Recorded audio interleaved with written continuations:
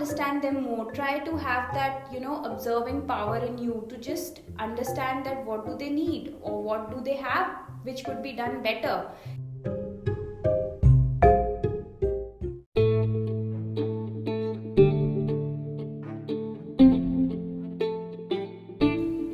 Hi everyone, thanks for tuning in. So, on this episode of Notes of Design, we have the Icebreaker edition, a special guest with us to share their opinions and thoughts on design with you folks. So, she's been a coder turned into a designer. Throughout this podcast, you'll get a lot of values in terms of what design is and how her journey from code to design has been traveled and all.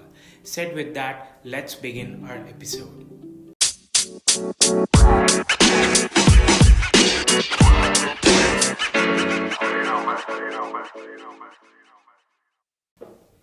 Hi Radhika, welcome to Notes of Design.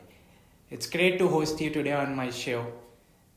Hey, I'm glad to be on this brilliant platform, Nodes of Design, and I'm in love with this initiative that you have started, which inspires the young designers across the globe. Great job. Thank you, Radhika. So, to all our listeners out there, if you could give a brief about you and your journey to the design, it would be really helpful for them. Hello everyone, I am Radhika Jamwal and I've been in the experience design industry for quite some time now.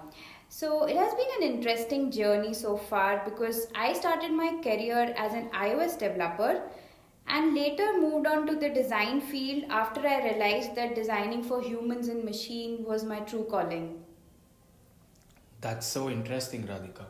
So, coming to today's episode, I just wanted to note from you, like, what is empathy to you?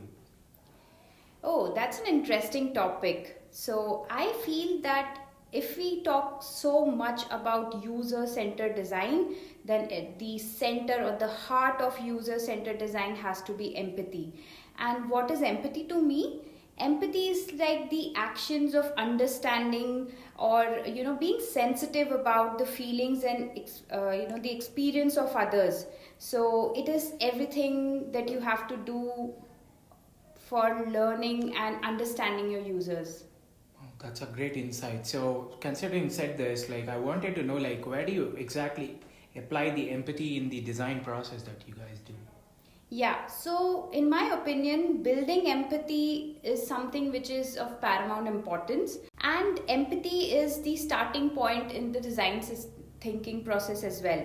So, what do you have to do as the first step in design thinking? It has to be to do everything for knowing your users, their needs, their wants, their objectives, and knowing your users isn't just limited to knowing them from their needs. It has to be at an emotional level as well. So you have to set aside your assumptions, you have to suspend your views, stop guessing on what your user might need and get into the actual, insights of what your user needs. And it is very, very important to take design from here to be the starting point. If it's done well, then I don't see any problem in you executing your design process further. So, said with that, so as you have mentioned, empathy is the core principle of all the user centric design that we do. So, what's your tip on how to be more empathic? Okay, so there is a difference always when the users, come forward and say that what do they want versus what do they actually do, right? So for designers like us, we have to be, aware of this fact that the users also might not know some of the things about what they actually want to do, right? So we have to be cognizant of this fact and observe the users in their actions, and observing is the most powerful tool that we can use in our empathetic design. Focus on their feelings. What is the motivation behind a particular situation? Why a user is behaving in a way, particular manner? All of that is going to inform your design decisions. So give them a screen. Why are they even clicking on some place versus not going on to the other screen? So these are the features, or these are the insights into your decision making for design. Oh, that's great. So you've been into the industry for quite a while. So where do you think the various methods and things that you have implemented, where empathy has added a very major role into the whole process altogether? Yeah, so there might be different methods where you could, imbibe your design thinking process and empathy as a whole. But then I feel to become an empathetic designer, first of all, you need to practice empathy on a daily basis. It should be a part and parcel of your life as a designer. It is up to you. How do you even practice this, empathy? You get up in the morning, you interact with 10 people, try to understand them more, try to have that observing power in you to just understand that what do they need or what do they have which could be done better. Things like that will help you empathize more, and then later on when you come to your actual design projects and then you are applying this empathy over there, it's going to be of great use.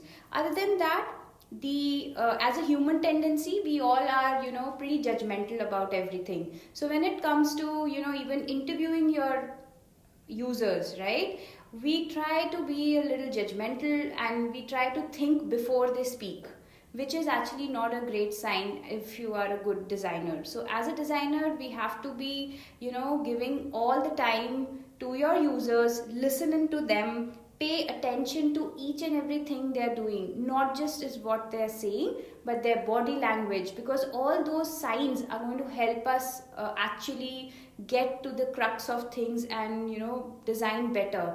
Because at the end of the day, we are designing for our users, and if we are not making their lives easy, then our design is not going in the right direction. So I feel that these little things could help us design better. If I have to talk more on the methods by which you can imply empathy with your users, it has to be to do with engaging with your users. So that's very important. You have to engage with them to understand better. You have to make an environment which is open enough for them to be expressive, because not all the users are going to be upfront in what they are expressing, right? So you have to make sure in your empathy interviews that it's like an open conversation, it's one on one, right? They have to feel comfortable sharing their opinions and their insights with you. And you should always be curious and ask more whys, because once you are asking these constant whys, even though you know something, keep that to yourself. Do not really tell it up front to the user, and then that might change or affect their opinion. So let it be, just let that thing go. Even if you have your personal thoughts, opinions, keep it to yourself. Let them open up, discuss, ask more non-binary questions, because that is something which will help you form a conversation with your users, instead of just asking what do you do would not might help. How do you do, why do you do, why not this versus that? So these are a few of the things that might help. And another quick tip if I could give you would be that we shouldn't be getting distracted with anything happening around us, because our attention and everything has to be on the user. So do not be in a hurry to take down notes, because initial days of my designing, that was a big mistake that I always did, because I thought that I might lose out on something. So I used to just keep jotting down as and when the user spoke.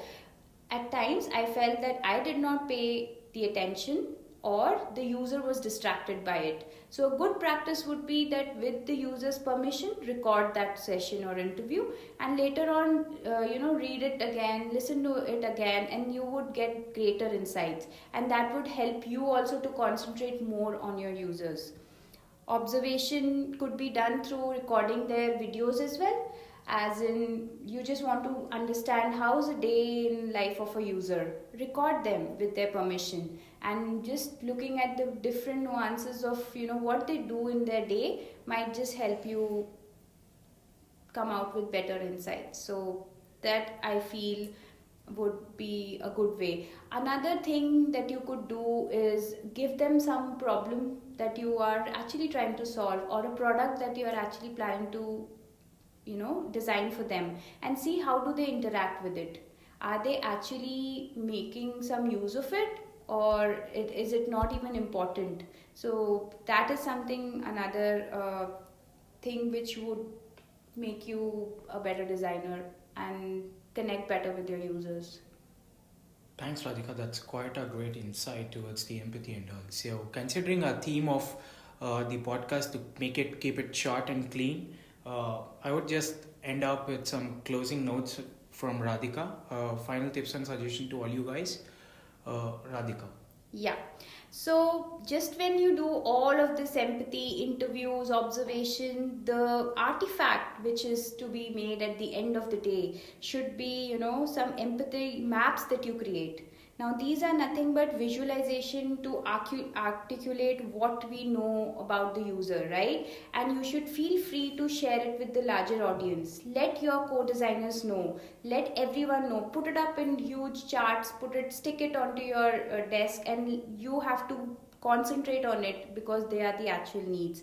Other than that, you could actually test if you are meeting those needs at the end of the day. So that is something which comes out after you test your prototype. So you've done your empathy, you've done your interviews, you've done your research, you have ideated over it, you have done everything, but unless you don't test it, it's of no use. So that is very important, because at times what happens in the whole design thinking process is empathy being the very first step. You might not check it against some UX matrix or some KPIs to actually see if what you have designed at the end of the day matches with what the actual needs were and you had discovered in the first phase. So keeping that balance of what you had in the first stage versus what you have delivered is a necessity. Moreover, design thinking, lean UX, everything is based on a fundamental rule of being iterative in its nature. So that always gives us a chance to go back, correct if we had missed out on something, do it again, test it, and again take more insights and just bring in the best experience for your users.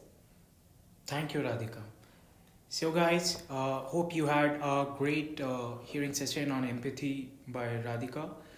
And thank you all for once again tuning in. And she dropped a lot of value in terms of understanding the empathy and how the empathy is a core principle in designing a user-centric product. In our upcoming podcast, we'll have other design leaders across the globe to share their opinions and thoughts on various topics related to design. So don't forget to tune in, and happy designing, everyone.